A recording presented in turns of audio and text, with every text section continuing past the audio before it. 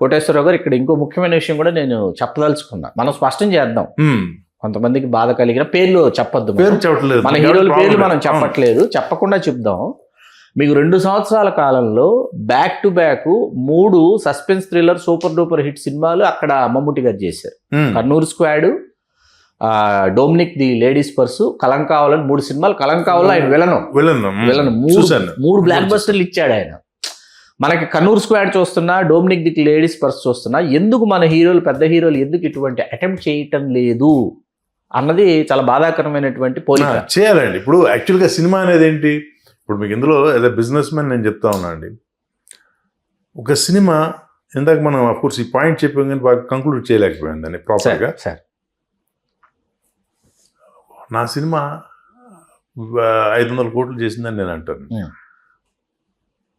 మీ cinema 100 కోట్లు వేసిందని మీరు అంటారు. నేను 500 కోట్ల సినిమా 450 కోట్లు పెట్టు, 470 కోట్లు పెట్టి చేసి 30 కోట్లు నాకు వచ్చిన ప్రాఫిట్ అన్నీ పోగా. మీరు 100 సినిమా 100 కోట్లు వచ్చేసి 20 కోట్లు పెట్టి చేశారు, 80 కోట్లు మీ ప్రాఫిట్. ఏది బెస్ట్ సినిమా? ఇదే 80 కోట్లు ప్రాఫిట్ వచ్చింది. 80 కోట్లు వచ్చిన సినిమానే ప్రాఫిట్ సినిమా. అట్లా చేస్తేనే ఇండస్ట్రీ బతుకుతుంది, ప్రొడ్యూసర్ బతుకుతాడు. ఇప్పుడు పాత రోజుల్లో రామానాయుడు గారి ఇంటర్వ్యూస్ కూడా ఉన్నాయి, మీరు కావాల్సిన. అప్పట్లో ఒక సినిమా హిట్ అయితే ప్రొడ్యూసర్కి 5 సినిమాలు ప్రొడ్యూస్ చేసే ఫైనాన్షియల్ స్టామినా వచ్చేది అప్పట్లో. ఇప్పుడేమైంది రివర్స్లో, 5 సినిమాలు హిట్ చేస్తే ఒక సినిమా ఫట్ అయితే 5 సినిమాల్లో వచ్చింది మొత్తం పోతుంది. సో అది కావాలి, అది లేకుండా ఉండాలంటే సబ్జెక్ట్ మీరు ఇచ్చేసి ఈ పాన్ ఇండియా గిన్ ఇండియా అని కాకుండా చేయండి. పాన్ ఇండియా వద్దంటలేదు. అప్పుడు రామానాయుడు గారు కూడా ఏం చెప్పేవారంటే, నేను 5 సినిమాలు చేస్తే ఒకటి ఎక్స్పెరిమెంట్ చేసేవాడిని, 4 కమర్షియల్గా ఆలోచించేవాడిని. ఒకటి పాన్ ఇండియా చేయండి, 4 ఇక్కడ వస్తుంది. దానికి ఈవెన్ పోయిన సంక్రాంతిలో మనం పేర్లు చెప్పొద్దు అనుకున్నాం, ఇదైతే మనం చెప్పొచ్చు. దిల్ రాజు గారి ఒక సినిమా ఢామ్ అని పోయింది, ఇంకో చిన్న సినిమా వచ్చేసి నిలబెట్టింది. లేకపోతే ఏంటి పరిస్థితి? ఆ ప్రొడక్షన్ హౌస్ ఏమైంది? రన్నింగ్ ప్రొడక్షన్ హౌస్లు రన్ అవుతూ ఉండాలి.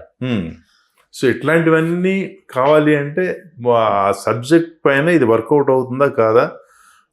సపోజ్ ఫెయిల్ అయితే పరిస్థితి అండి. ఇప్పుడు మీకు రామారావు గారు ప్లస్ నాగేశ్వరరావు గారు 2 ఇన్సిడెంట్స్ చెప్తానండి.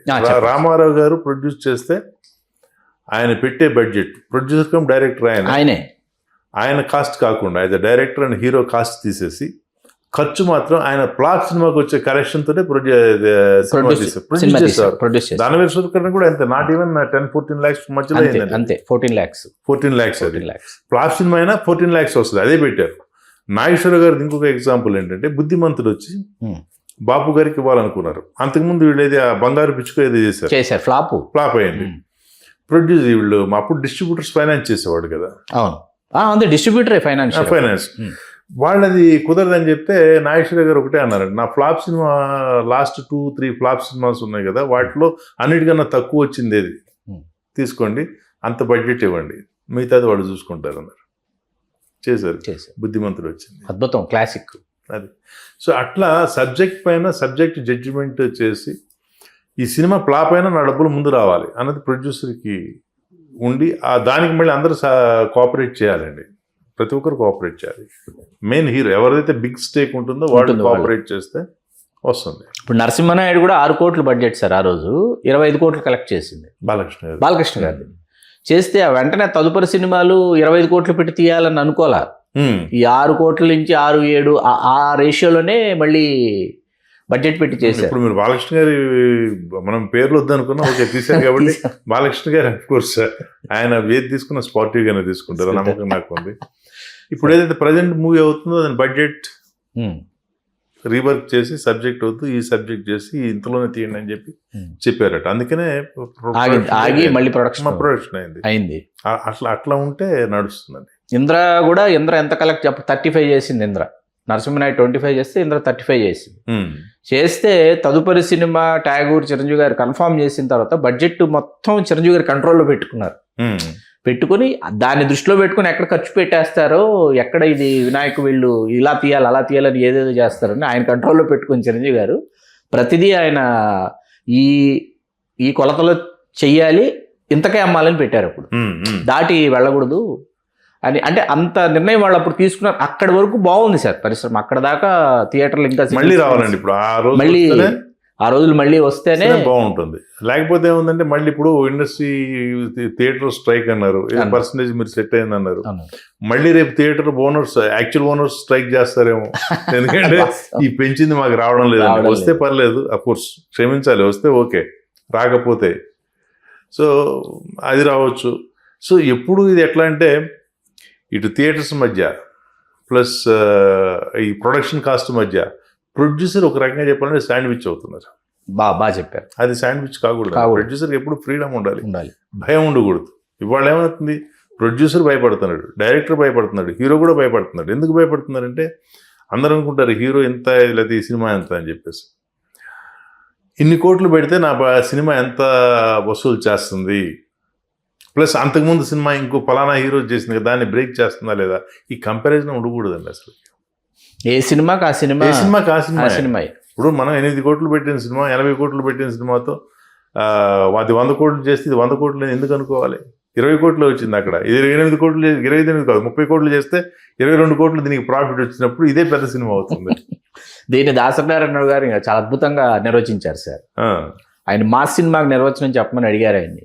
అడిగితే శంకరాభరణాన్ని మించిన మాస్ సినిమా ఉంటుందా, అన్నమయ్యని మించిన మాస్ సినిమా ఉంటుందా, నా ఉసే రామలమ్మను మించిన మాస్ సినిమా ఉంటుందా, పెళ్లి సందడిని మించిన మాస్ సినిమా ఉంటుంది, ఇవి మాస్ సినిమాలు అన్నారు ఆయన.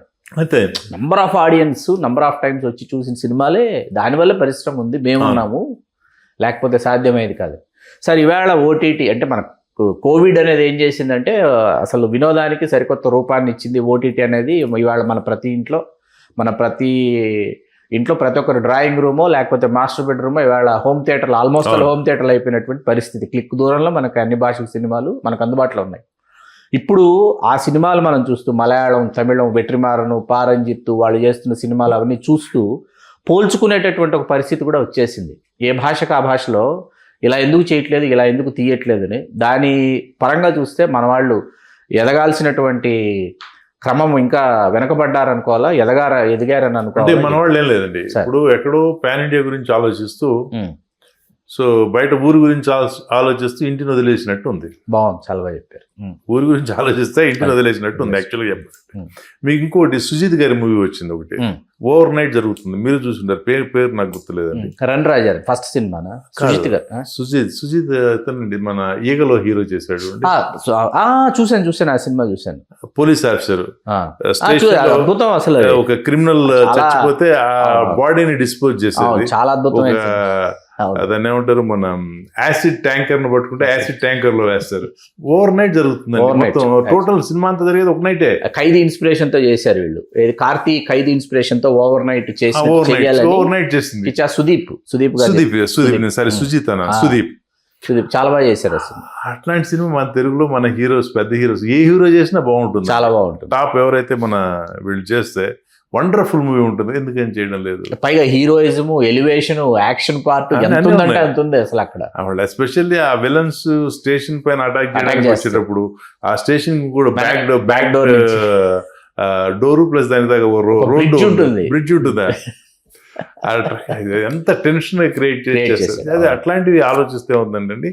కాన్సెప్ట్ బేస్డ్ మూవీస్ ఎప్పుడైతే చేసి నంబర్ ఆఫ్ డేస్ తగ్గించి చేస్తే డెఫినెట్గా మంచి సబ్జెక్ట్ పట్టుకొని తిరిగే డైరెక్టర్స్, రైటర్స్ మన ఈ ఆఫీస్, మీ ఆఫీస్కి 5 కిలోమీటర్ల రేంజ్లోనే, 2 కిలోమీటర్ల రేంజ్లోనే మీరు వెతికితే 1000 మంది దొరుకుతారు. 1000 మంది ఉన్నారు, సులభంగా ఉన్నారండి. వాళ్ళని ఎంకరేజ్ చేయాలి సార్. అద్భుతం కోటేశ్వరరావు గారు. ఎన్నో విషయాల గురించి, ఎన్నో విలువైన అంశాల గురించి సోదాహరణంగా వివరించారు. మా తెలుగు రాజ్యం ప్రేక్షకులు నిజంగా వాళ్ళు ఆలోచించాలి, అట్లాగే పరిశ్రమ ఆలోచించాలి, సినిమా హీరోల అభిమానులు ఆలోచించాలి, సినిమాని ప్రేమించే ప్రేమికులు కూడా ఆలోచించాలి. వాళ్ళు ఖచ్చితంగా మన ఈ చర్చ ద్వారా వాళ్ళు కూడా ఈ చర్చా కార్యక్రమంలో, ఈ గోష్ఠిలో పాల్గొని వాళ్ళ అభిప్రాయాలు రాయాలండి. వాళ్ళ కామెంట్ బాక్స్లో రాయాలి. ఇంకోటి కూడా చెప్తాను, నేను మాట్లాడింది కానీ శ్రీకాంత్ గారు మాట్లాడింది కానీ ఒకళ్ళని క్రిటిసైజ్ చేయాలని కాదండి.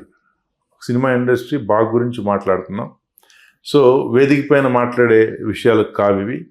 ప్లస్ ఒకరికి వెళ్ళి చెప్పే స్థాయి కూడా మాది కాదు. రెండోది ఇక్కడ చెప్పినా ఎవరు వినరు. అందుకనే మేము ఏమంటున్నామంటే ఆడియన్స్ని, సార్ ఎవరైతే ఇది చూస్తూ ఉన్నారో వాళ్ళు మీ కామెంట్స్ పెడితే అవన్నా కొంచెం వాళ్ళని ఆలోచింపజేస్తాయి. మేము మాట్లాడిన దానికన్నా నిష్పక్షపాతంగా మీరు పెట్టండి. ఇప్పుడు మేము కొన్ని సినిమాలు కూడా మెన్షన్ చేస్తే మా ఈ చర్చకు ఒక అర్థం పరమార్థం ఉంటుందని చెప్పేసి అనుకుంటాం. ఖచ్చితంగా తెలుగు రాజ్యం ప్రేక్షకుల్ని ఎంతగానో ఈ గోష్ఠి అలరించిందని ఆశిస్తూ మరిన్ని ఇటువంటి కార్యక్రమాలతో మిమ్మల్ని మరిన్నిసార్లు పలకరిస్తానని మీకు తెలియజేస్తూ మీ చిల్లగట్టు శ్రీకాంత్. చాలా సంతోషం కోటేశ్వర. నమస్కారం అండి. నమస్కారం అండి.